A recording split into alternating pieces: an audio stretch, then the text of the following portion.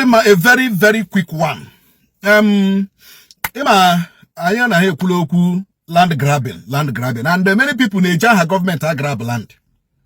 Many people in Jaha government are grab land in them matter. And again, what take hand over the west. Alando over the west agwala. Isi kwa mkwo, amami ihe ọzọ government ka na-achọ na alando over the west. Amami ihe ọzọ government ka na-achọ na alande nekede.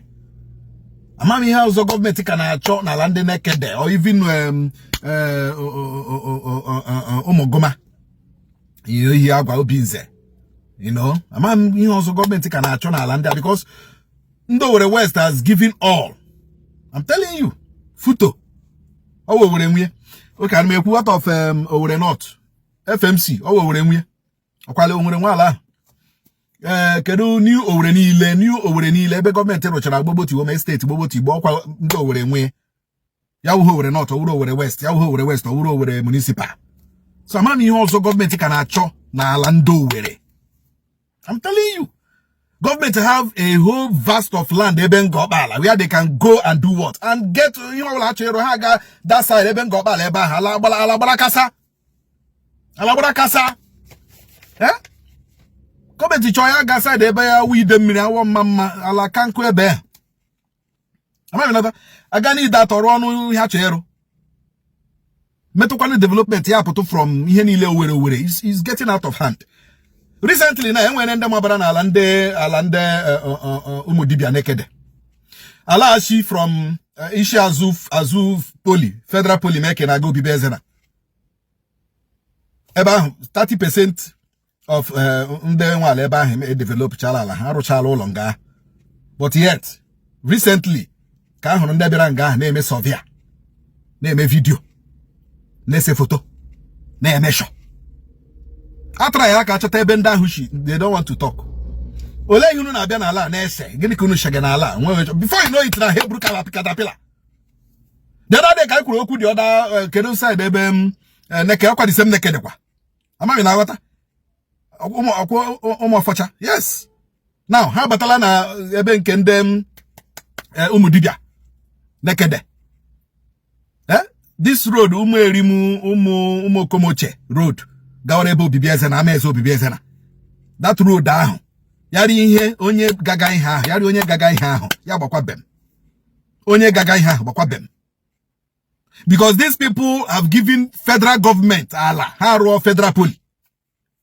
They have given federal government ala ha ruo federal ala na federal poly kanko. Anyway, you cannot blame the people because ndị ga ala ahụ mgbe ahụ didn't see the population game explode. Most of the people amụcha n'ụmụ ka ebe ụmụ ha ga-arụ ụlọ. Ya na si ihe nketa nke nna m kedu ihe ga-abụzi ihe nketa nke ha when they want to build a house, when they have to develop their own this thing.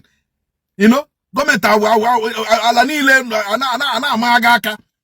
Before you know it now, caterpillar baganga. Before you know it now, and then you to one problem. Before you know it now, sing the RLA. Another key mega here mega and got bala. RLA, onyere. No, we're in the federal minister of Kainano, federal minister of land. The community has given you federal poly land. What are you people still doing in that? That particular area be again. Yes, government in week but government issue ya uru greediness.